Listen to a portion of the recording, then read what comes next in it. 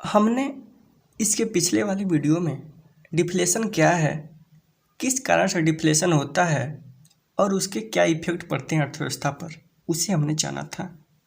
इस वीडियो में हम यह जानने का प्रयास करेंगे कि जब मंदी हो जाती है तो किस प्रकार से मंदी से उभरा जाता है, यानी क्या उपाय ऐसे किए जाते हैं जिससे मंदी से अर्थव्यवस्था निकलती है, यानी मेजर्स टू कंट्रोल डिफ्लेशन को जानेंगे, यानी मुद्रा अपस्फीति को रोकने के उपाय को।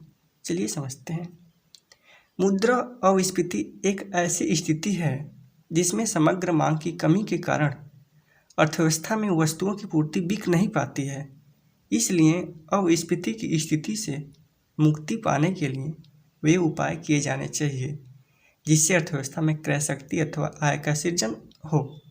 क्योंकि हम जानते हैं जब डिफ्लेशन होता है तो मुद्रा का परचेजिंग पावर बहुत अधिक बढ़ जाता है और जो हमारी मॉनेटरी इनकम होती है उसमें कमी आ जाती है। इस प्रकार ऐसे उपाय किए जाने चाहिए जिससे इन दोनों में संतुलन हो।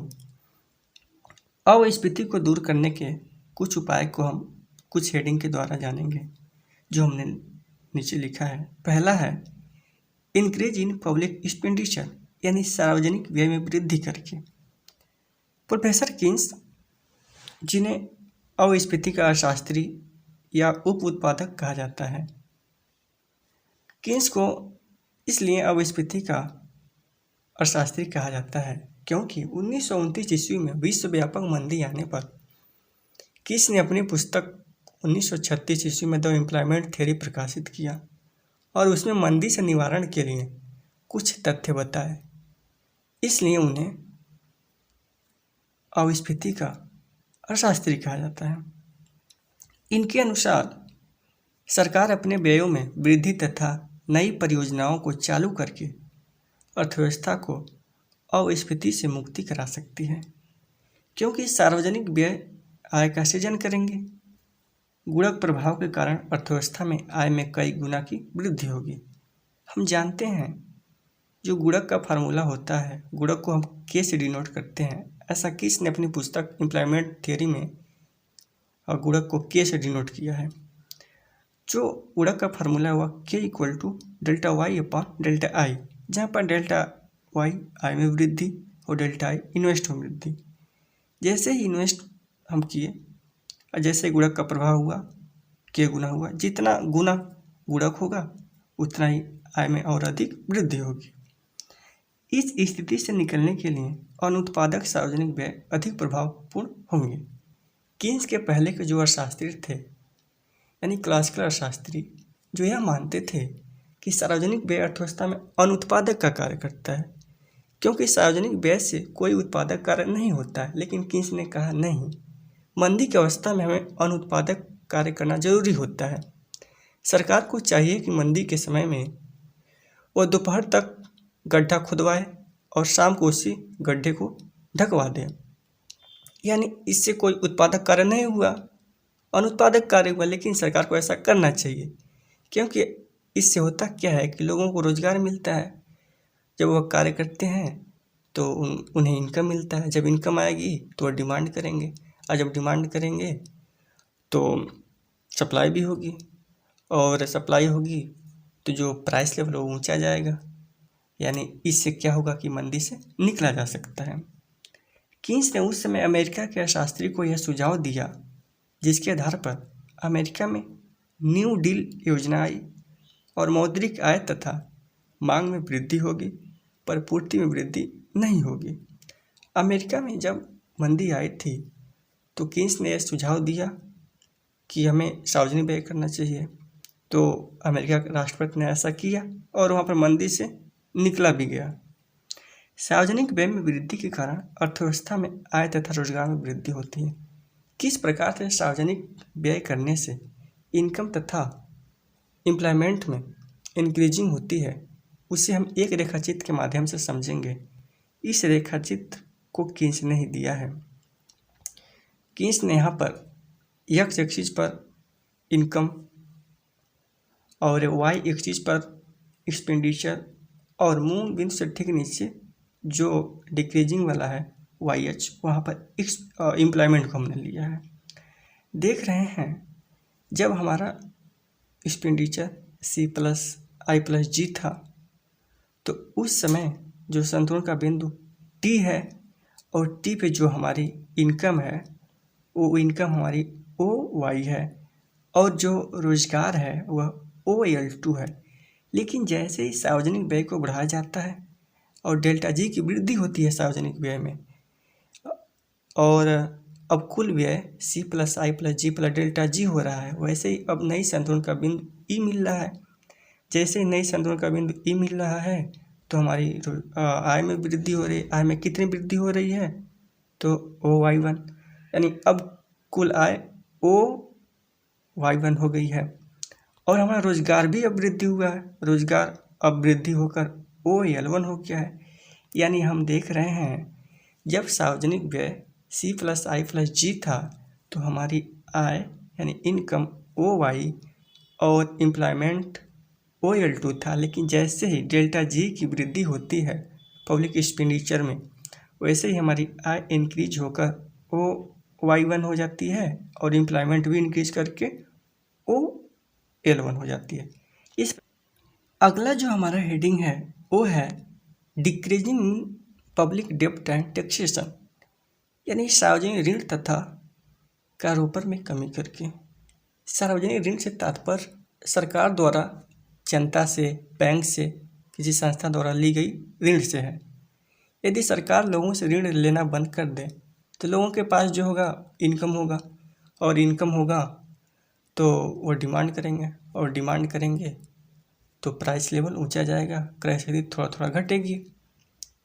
इस प्रकार से मंदी से निकला जा सकता है। और जहाँ कारोबार की जहाँ तक बात रही तो कारोबार से मतलब है कि सरकार द्वारा लोगों पर कर लगाना। जब सरकार टैक्सेशन में कमी कर दे तो लोगों के पास जो होगी इनकम अधिक होगी, इनकम अधिक होगी तो उनके पास डिस्पोजेबल इनकम अधिक होगा, और डिस्पोजेबल इनकम अधिक होगा तो वह डिमांड अधिक करेंगे, और डिमांड जब अधिक करेंगे तो वैसे जो प्राइस लेवल है वस्तुओं का वो इंक्रीज करेगा, और प्राइस लेवल जो इंक्रीज करना ही मंदी से उबरना है। यानी डिक्रीजिंग इन पब्लिक डेब्ट एंड टैक्सेशन के द्वारा भी मंदी से निकला जा सकता है। जो हमारा अगला हेडिंग है वो है OMO, ओपन मार्केट ऑपरेशन, यानी खुली बाजार की क्रियाएं। OMO की भूमिका भी बहुत अधिक होती है मंदी से निकलने के समय। हमने इन्फ्लेशन में भी चर्चा किया था कि OMO की भूमिका होती है इन्फ्लेशन से निकलने में भी, क्योंकि OMO का मतलब होता है कि सरकार जो है, जो अपनी सिक्योरिटी है वह खरीद रही है फिर बेच रही है। जब इन्फ्लेशन होता है तो लोगों की परचेजिंग पावर में कमी करना होता है, तो सरकार क्या करती है कि अपनी जो सिक्योरिटी है उसे बेचती है, और जब बेचेगी तो लोग खरीदेंगे तो उसके बदले पैसा भुगतान करेंगे, जिससे लोगों के पास जो मौद्रिक है उसमें कमी आएगी। इन्फ्लेशन में ऐसा हम करते थे क्रय शक्ति निकालने के लिए। डिफ्लेशन में हम क्या करेंगे कि सरकार क्या करती है कि जो सिक्योरिटी है उसे खरीदती है लोगों से। सिक्योरिटी जो खरीदती है तो उसके बदले वो पैसा भुगतान करती है। पैसा भुगतान करेगी तो लोगों के पास इनकम होगा तो वह डिमांड करेंगे, और डिमांड जब करेंगे तो प्राइस लेवल इंक्रीज होगा, और प्राइस लेवल का इंक्रीज करना ही मंदी से उबरना है। इस प्रकार OMO की भूमिका भी मंदी से निकलने में बड़ी अधिक होती है। अगला जो हमारा हेडिंग है वो है बैंक रेट, उसके बाद CRR यानी कैश रिजर्व रेशियो, उसके बाद SLR यानी स्टैच्यूअरी लिक्विडिटी रेशियो, जिसका हिंदी क्रमशः बैंक दर, नगद कोष अनुपात, वैधानिक तरलता अनुपात होता है। यदि देश का सेंट्रल बैंक रेट में कमी कर देगी तो उसके कमर्शियल बैंक उसे ऋण अधिक ले पाएंगे। जब ऋण अधिक लेंगे तो उनके तरलता में वृद्धि होगी। जब उनकी तरलता में वृद्धि होगी तो लोगों को अधिक साख सृजन करेंगे, जिससे लोगों की मॉनेटरी इनकम बढ़ेगी, और जब मॉनेटरी इनकम बढ़ेगी तो लोग डिमांड अधिक करेंगे। जब डिमांड अधिक करेंगे तो वस्तुओं का प्राइस लेवल इंक्रीज करेगा, और वस्तुओं का प्राइस लेवल इंक्रीज करने का मतलब मंदी से उबरना।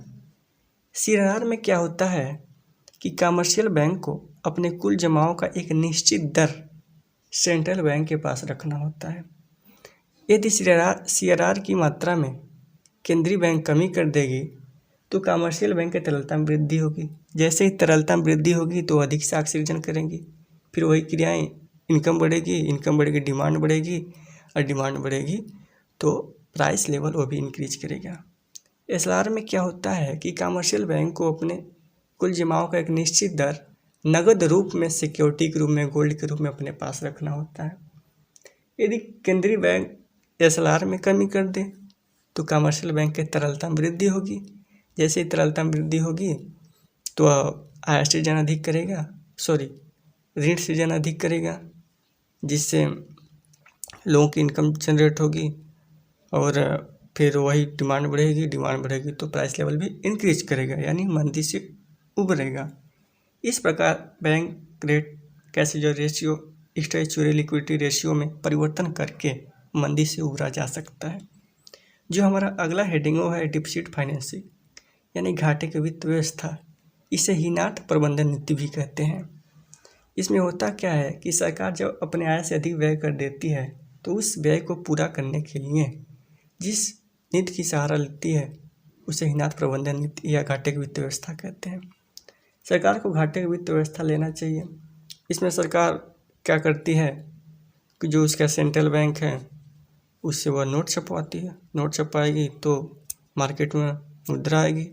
जैसे मुद्रा आई तो लोगों की तरलता में वृद्धि हुई तो लोग डिमांड अधिक करेंगे। जैसे डिमांड अधिक करेंगे तो प्राइस लेवल इंक्रीज करेगा, और प्राइस लेवल का इंक्रीज करने का मतलब मंदी से उबरना है। जो हमारा अगला हेडिंग है वो है प्राइस सपोर्ट पॉलिसी, यानी कीमत स्थैर्य नीति। इसमें सरकार उत्पादकों को यह आश्वासन देती है कि यदि एक निश्चित कीमत के नीचे भी वस्तुओं की कीमतों में गिरावट आती है तो सरकार उनके वस्तुओं को खरीद लेगी। इससे उत्पादकों को हानि नहीं होगा, लेकिन सदैव ऐसा करना, सरकार सबके वस्तुओं को खरीदे, तो यह सही नहीं है। यहाँ पर हमने मुद्रा अस्फीति को रोकने के उपाय को तमाम हेडिंग के द्वारा देखा। अब हम एक नया टॉपिक जिसे हम रिफ्लेशन अंग्रेजी में कहते हैं, उसका हिंदी मुद्रा प्रत्यस्फीति होती है, उसे हम जानेंगे कि रिफ्लेशन क्या होता है। प्रोफेसर कोल के अनुसार जब मंदी के दुष्परिणामों को दूर करने के लिए जानबूझकर मुद्रा का विस्तार किया जाता है तब उसे मुद्रा प्रत्यस्फीति कहते हैं। यानी जानबूझ के सरकार मुद्रा का प्रसार करे और इसी प्रसार को ही मुद्रा प्रत्यस्फीति कहते हैं। हालांकि मुद्रा का प्रसार सरकार उतना नहीं करती है कि इन्फ्लेशन हो जाए। इस प्रकार मंदी से मुक्ति के लिए जानबूझकर मूल्य स्तर में वृद्धि लाई जाती है। इससे उत्पादन तथा रोजगार में वृद्धि होती है और इकोनॉमी पूर्ण रोजगार स्तर को प्राप्त करती है। इकोनॉमी पूर्ण रोजगार स्तर को प्राप्त करती है, आय भी बढ़ती है और उत्पादन भी बढ़ता है, लेकिन इन्फ्लेशन नहीं होता है। ऐसा ना हो कि हम ये कहें कि मुद्रा का प्रसार कर रही है सरकार तो इन्फ्लेशन हो जाएगा, लेकिन नहीं, ऐसा नहीं है मुद्रा प्रत्यस्फीति में। अगला जो हमारा एक नया टॉपिक है वो है मुद्रा अपस्फीति, जिसे अंग्रेजी में हम डिसइन्फ्लेशन कहते हैं। जब सरकार मुद्रा स्फीति को कम करने के लिए ऐसे उपाय अपनाती है जिससे मूल्य स्तर में गिरावट शुरू हो जाए, उसे अपस्फीति कहेंगे। इन्फ्लेशन में हम जानते हैं कि प्राइस लेवल बहुत अधिक रहता है, तो जानबूझकर सरकार ऐसी नीति अपनाए जिससे प्राइस लेवल नीचे आए, इसे हम मुद्रा अपस्फीति यानी डिसइन्फ्लेशन कहते हैं। इस प्रकार मूल्य में ऐसी गिरावट जिससे रोजगार आए, उत्पादन में कमी नहीं आए, उसे अपस्फीति कहेंगे। डिसइन्फ्लेशन को हमने समझा कि मूल्य स्तर में जानबूझकर गिरावट करना डिसइन्फ्लेशन होता है, लेकिन यह आप ना समझें कि मूल्य में गिरावट कर रही है सरकार तो इसे मंदी कहेंगे। नहीं, ऐसा नहीं है।